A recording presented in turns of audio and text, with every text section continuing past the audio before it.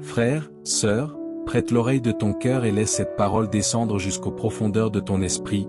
Il existe, au-delà de tes limites visibles, une dimension où l'impossible devient praticable, où ce qui semblait infranchissable se transforme en chemin. Ce n'est ni une métaphore poétique, ni un récit réservé aux anciens temps, c'est une invitation vivante, actuelle, brûlante, adressée à ton âme aujourd'hui. Et si l'on te disait que la foi authentique n'est pas simplement une croyance intérieure, mais une puissance active capable de te faire marcher là où aucun pied humain n'a naturellement le droit de se poser? Comprends-le, le surnaturel de Dieu n'est pas un spectacle destiné à émerveiller, il est une réalité destinée à être vécue par ceux qui osent répondre à sa voix. Beaucoup attendent des miracles comme on attend la pluie, passivement, les yeux levés vers le ciel, espérant qu'un jour quelque chose tombe. Mais la vérité est plus exigeante et plus glorieuse à la fois. Les miracles ne se subissent pas, ils se rencontrent, ils ne s'imposent pas à une vie immobile, ils se révèlent à une foi en mouvement. Lorsque Pierre a osé répondre à l'appel, ce n'est pas le hasard qui l'a porté, ni une faveur arbitraire, c'est l'adhésion totale à une parole divine. Un seul mot, porté par l'autorité du Seigneur, a suffi pour redéfinir les lois mêmes de la nature sous ses pieds. Ce qui, par essence, devait l'engloutir, s'est mis à le soutenir. Ainsi agit la parole vivante lorsqu'elle est crue sans réserve. Et toi, aujourd'hui, tu n'es pas privé de cette parole. Tu es entouré de promesses, enveloppé d'invitations divines, riche d'un héritage spirituel immense. Pourtant, combien s'en nourrissent réellement? Combien laissent cette parole pénétrer leur être jusqu'à transformer leur manière de voir, de penser et de vivre? Il ne suffit pas d'affirmer que la parole est puissante, encore faut-il la recevoir, la méditer, la laisser devenir plus réelle que les circonstances visibles. Car nul ne peut marcher dans le miraculeux en se contentant d'observer la foi des autres. Il faut soi-même entrer dans cette dynamique, s'approprier la vérité, la porter en soi jusqu'à ce qu'elle devienne une conviction inébranlable. Mais avant même que le miracle ne se manifeste, une étape cruciale se présente, souvent redoutée, parfois évitée, sortir du bateau. Le bateau représente tout ce qui rassure sans sauver véritablement, tout ce qui stabilise sans élever, tout ce qui sécurise sans transformer. C'est l'espace familier, la routine confortable, la logique commune à laquelle l'on s'attache, même lorsqu'elle montre ses limites. Pourtant, ce lieu que l'on croit sûr peut déjà être en train de vaciller, ébranlé par des vents invisibles, fragilisé par des vagues silencieuses. S'accrocher à ce qui s'effondre est une illusion. Répondre à l'appel de Dieu, en revanche, ouvre la voie à une sécurité bien plus profonde, celle qui repose sur sa parole. Celui qui ose sortir ne le fait pas pour impressionner, mais pour s'approcher du Seigneur. Et tant que son regard demeure fixé sur lui, chaque pas devient possible. La foi véritable ne se nourrit pas des apparences, elle s'alimente à la source de la parole divine. Elle ne calcule pas les probabilités, elle s'abandonne à la fidélité de celui qui appelle. Ainsi, tant que l'attention reste centrée sur la voix qui dit « Viens », le croyant avance au-dessus même de ce qui devrait l'engloutir. Cependant, une vérité subtile et profonde se dévoile, ce n'est pas nécessairement le mal évident qui fait sombrer, mais parfois simplement le fait de détourner le regard. Lorsque l'attention glisse de la parole vers les circonstances, de la foi vers l'analyse, de la confiance vers le raisonnement humain, l'équilibre spirituel se fragilise. Ce ne sont pas les vagues qui possèdent le pouvoir de faire couler, mais l'importance qu'on leur accorde. Le danger ne réside pas tant dans l'intensité des tempêtes que dans la direction du regard intérieur. Il est donc possible d'aimer Dieu sincèrement, de mener une vie droite, et pourtant de ne pas expérimenter la dimension surnaturelle, simplement parce que l'on reste enfermé dans les limites du raisonnable. La foi authentique dépasse la simple moralité, elle introduit dans une réalité où l'on pense au-delà du visible, où l'on croit au-delà du tangible. Elle appelle à une transformation profonde de la perception, à un renouvellement de l'intelligence qui permet de voir non plus selon les apparences, mais selon la vérité divine. Ainsi, la clé demeure simple et pourtant exigeante, garder les yeux fixés sur celui qui appelle. Refuser de laisser les circonstances redéfinir la réalité. Choisir, à chaque instant, de s'appuyer sur la parole plutôt que sur les sensations. Car ce n'est pas la tempête qui détermine ton destin, mais la voix que tu choisis d'écouter. Aujourd'hui encore, cet appel résonne avec la même puissance, avance. Ne reste pas spectateur de ce que tu es appelé à vivre. Ne contemple pas de loin ce qui t'est destiné. Ose quitter ce qui te retient, élève ton regard au-delà des limites naturelles, et marche, non par ta propre force, mais par la confiance en celui qui t'invite.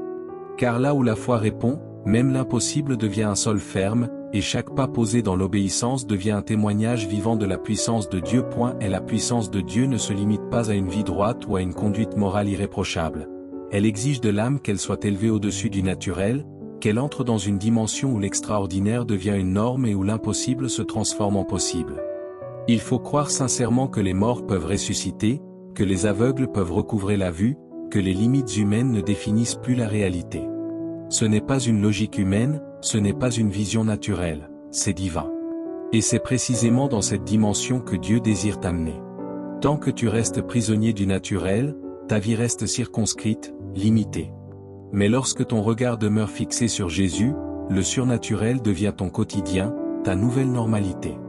La foi ne naît pas de la simple observation ou de la répétition de rites, elle vient de l'écoute attentive de la parole vivante de Dieu. Il ne s'agit pas seulement d'entendre des vérités spirituelles, mais de les méditer jusqu'à ce qu'elles transforment ta perception de toi-même, jusqu'à ce que tu puisses te voir comme quelqu'un qui vit au-dessus des contraintes humaines et physiques. Cela ne signifie pas que tu deviens un surhomme, mais que, en toi, Dieu agit avec une puissance surnaturelle, accomplissant à travers toi des œuvres qui dépassent tout ce que le naturel pourrait concevoir. Pour expérimenter cela, il faut rompre avec les limitations du monde, cesser de vivre selon la logique humaine, et se plonger dans l'attente confiante de l'action divine. Les miracles se produisent non pas par hasard, mais lorsque la foi humaine se synchronise avec la parole et la puissance de Dieu. Des témoignages vivants le démontrent, des personnes paralysées ont été guéries sur le champ par la prière, des malades ont été restaurés, et des vies entières ont été transformées parce que quelqu'un a cru, sans doute, mais avec une ferme conviction. Ces événements ne sont pas de simples anecdotes, mais des illustrations de ce que Dieu veut accomplir lorsqu'un cœur se laisse complètement mouvoir par lui. La vérité, c'est que beaucoup de croyants ont été conditionnés à accepter le faible, le limité, le naturel, et ne s'attendent plus vraiment à la manifestation de la puissance divine. On prie pour une guérison, et lorsqu'elle ne se produit pas, cela n'étonne plus, on se contente de la religion, de la routine spirituelle. Mais la vie de foi véritable est radicalement différente. Elle place le surnaturel au centre, elle considère le miracle comme la norme, et l'absence de manifestation comme un étonnement. Ce qui semble irréel au regard humain devient alors quotidien pour celui qui croit. La foi véritable ne se limite pas à l'obéissance ou à la morale. Elle transforme la manière même dont tu perçois la réalité, elle t'élève au-dessus de ce que tu vois, touches ou ressens. Elle te fait marcher chaque jour dans la conviction que le Dieu surnaturel agit en toi et à travers toi, et que rien n'est impossible à celui qui s'abandonne à sa puissance. Nous sommes appelés à une vie où le surnaturel n'est pas une exception mais la norme. Où chaque prière, chaque acte de foi, chaque pas dans l'obéissance devient une opportunité de voir Dieu se manifester de manière tangible. Cette vie exige un renversement de perspective. Ne plus se limiter au naturel, ne plus se contenter de ce que l'on peut mesurer ou contrôler, mais s'immerger dans la confiance totale en celui qui est au-dessus de toute chose. C'est ainsi que la foi devient une force vivante, capable de transformer le monde visible et invisible, capable de faire reculer la mort, d'ouvrir les yeux des aveugles, de briser les chaînes de l'impossible et d'élever chaque croyant dans une réalité où le divin devient le quotidien. C'est ce chemin que Dieu t'invite à emprunter dès aujourd'hui. Tant que nous demeurons enfermés dans les limites des cinq sens, prisonniers de la logique naturelle, nous ne percevrons jamais la manifestation de la puissance surnaturelle de Dieu. Le récit de Pierre sur l'eau est éclairant, tant qu'il gardait ses yeux fixés sur Jésus, il marchait là où la nature aurait dû le faire sombrer. Il contemplait celui qui défie les lois, celui qui triomphe, et sa foi le soutenait au-dessus de ce qui semblait impossible.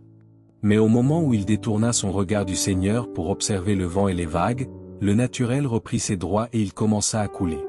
Quelle leçon profonde! Elle nous enseigne que la foi n'est pas un état temporaire ni une pratique occasionnelle.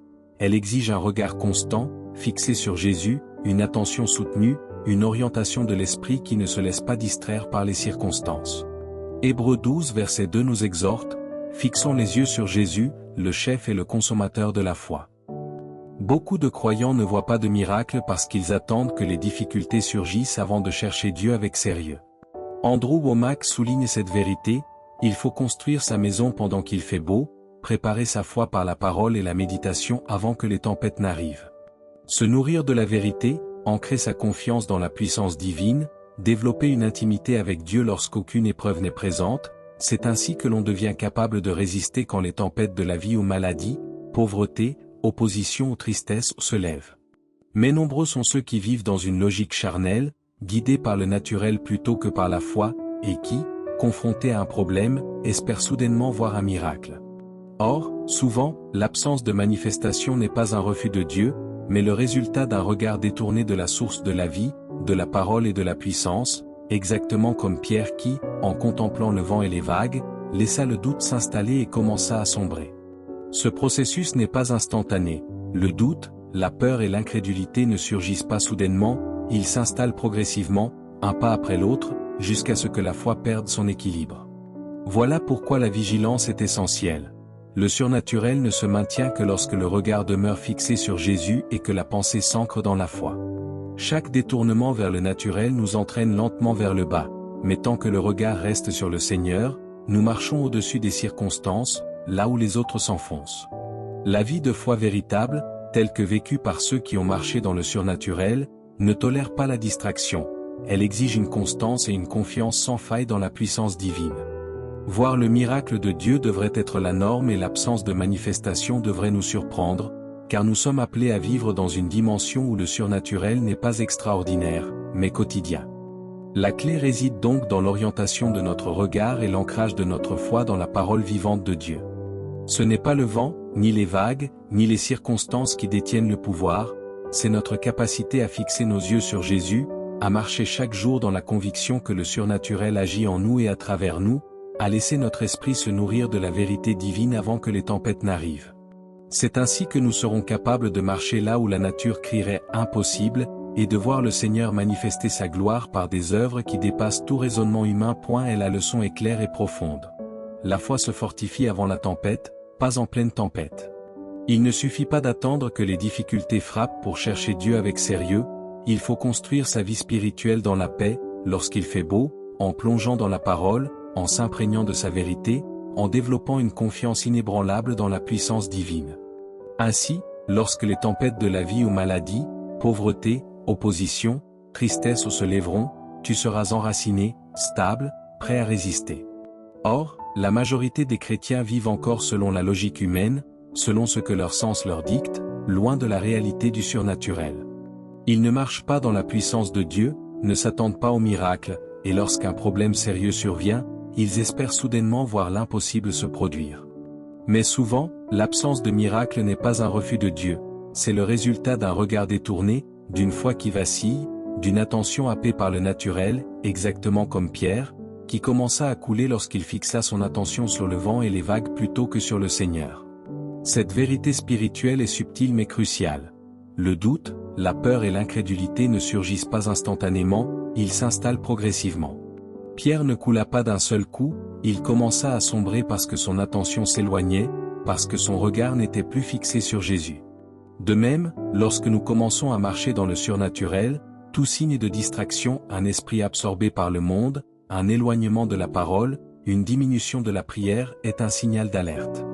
Andrew Wommack illustre cela par son expérience. Alors qu'il produisait 5 programmes par jour, en travaillant 10 à 11 heures, il réalisa qu'il ne passait plus de temps à nourrir son propre esprit par la lecture et la méditation de la parole. Il enseignait, prêchait, priait pour les autres, mais spirituellement, il commençait à couler.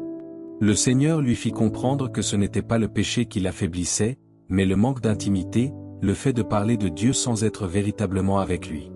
Cette leçon est universelle. Chaque fois que ton attention n'est plus pleinement sur Jésus, considère-le comme un feu rouge spirituel, un avertissement. Le surnaturel ne se maintient que si ton regard reste fixé sur le Seigneur, si ta pensée demeure ancrée dans la foi, si tu continues à te nourrir de sa parole, même lorsque les urgences et les attentes humaines tentent de t'en détourner. Comme Jésus, qui se retirait pour prier seul après avoir nourri les 5000, tout serviteur de Dieu doit préserver sa communion avec le Père avant de vouloir agir pour les autres.